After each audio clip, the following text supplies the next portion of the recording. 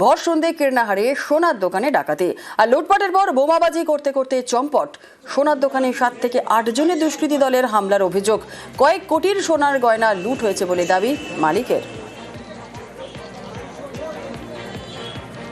আমি দেখলাম এখানে দোকানে বসছিলাম, বোম মারছিল, বোম মারতে মারতে এখানে ঘুরে বেড়াচ্ছিল। সমস্ত জায়গাটা অন্ধকার হয়ে গেছে, কাউকে দেখতে পাওয়া যাচ্ছে না, কাউকে চিনতে পারা যাচ্ছে না। এই অবস্থায় মানে এই ধরনের ঘটনা কি সন্দেহ করছেন? না না, এই কি কাকে কে সন্দেহ করবে? কতগুলো বোম পড়েছে মোটামুটি? এখানে 8-10টা বোম পড়েছে। কতজন ছিল তাও? বাইরের জনা চারেক ছিল। আতঙ্কিত এখন? হ্যাঁ, আতঙ্কিত বটেই।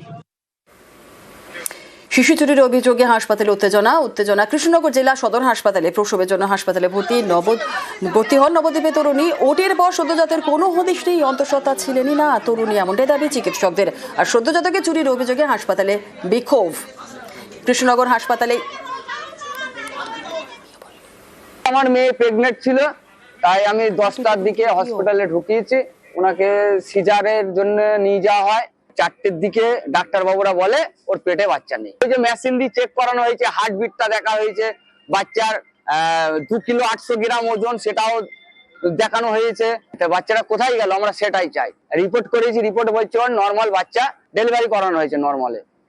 আর এখন ডাক্তাররা বলছে ওর পেটে বাচ্চা নেই।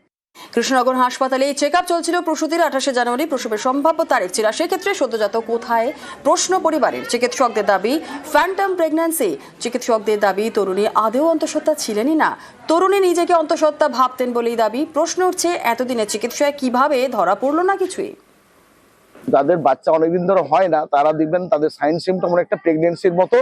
তাদের পেটটা ফুলে বমিটিং হতে পারে, এইরকম পেটটা বড় লাগতে পারে, এটা ফ্যান্টম প্রেগনেন্সি বলবো।